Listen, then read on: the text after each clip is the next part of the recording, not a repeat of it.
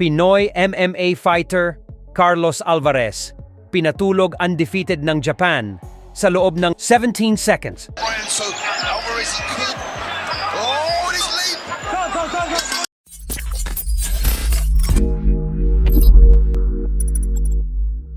So isang napakagandang balita nga po para sa ating mga Pinoy MMA fans. Ito ay matapos magtagumpay ang ating pambato na si Carlos Limitless Alvarez.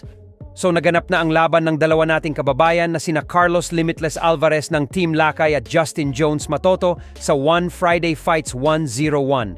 At muling nagpakita ng bangis ng ang finisher na si Carlos Alvarez ng Team Lakay sa isang napaka-impresibong panalo. Sa loob lamang ng 17 segundo ay tinapos niya agad ang undefeated na si Seiya Matsuda ng Japan sa pamamagitan ng Anaconda Choke sa round 1. Nag-fake jab si Matsuda at bumitaw naman ng roundhouse kick si Carlos Alvarez pero hindi gaanong tumama. Pagkatapos ay nag-attempt ng takedown si Matsuda pero nadepensahan ito ni Alvarez sa pamamagitan ng isang takedown gamit ang Anaconda Choke.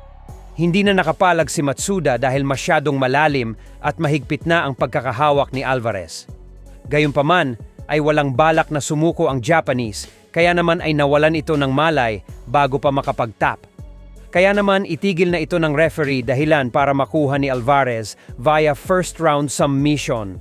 Napahanga naman si Chatri Sitkiodong sa naging performance ulit ngayon ni Carlos Alvarez kontra kay Matsuda.